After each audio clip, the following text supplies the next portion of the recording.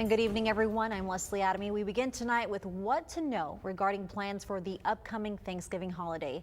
It's now less than a week away, and whether you plan to stay home or travel to see loved ones, we want you to stay informed and stay safe.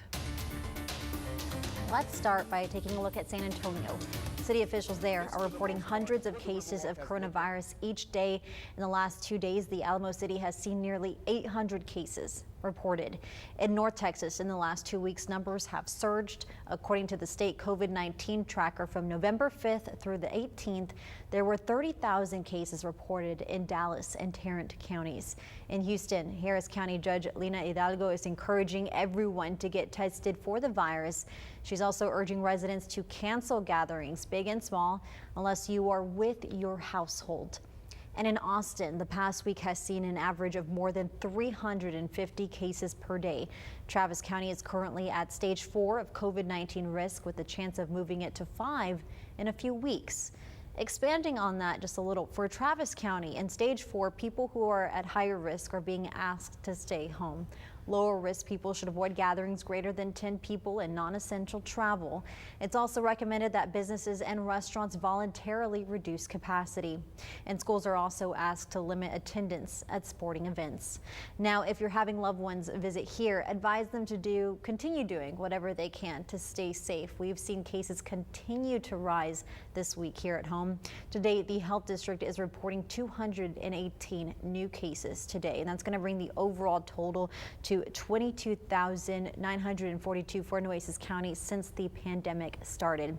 Sadly, one COVID-19 related death was reported today, a man said to be in his 80s.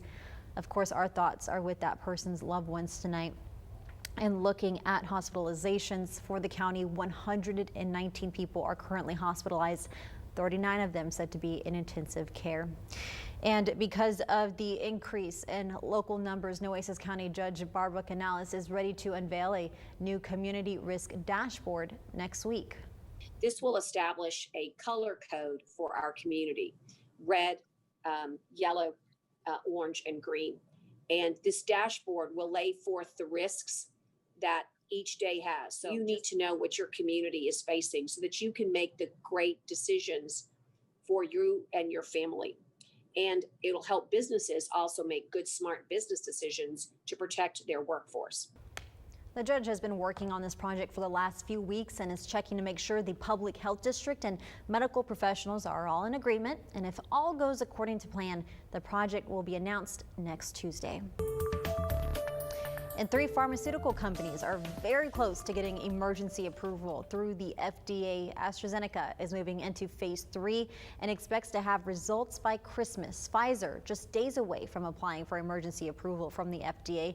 And Moderna isn't far behind. Both companies announced this week that their vaccine trials are highly effective, but there are a few hurdles to clear before any vaccine gets that emergency approval. After the panel sends their recommendations, the FDA will make a decision.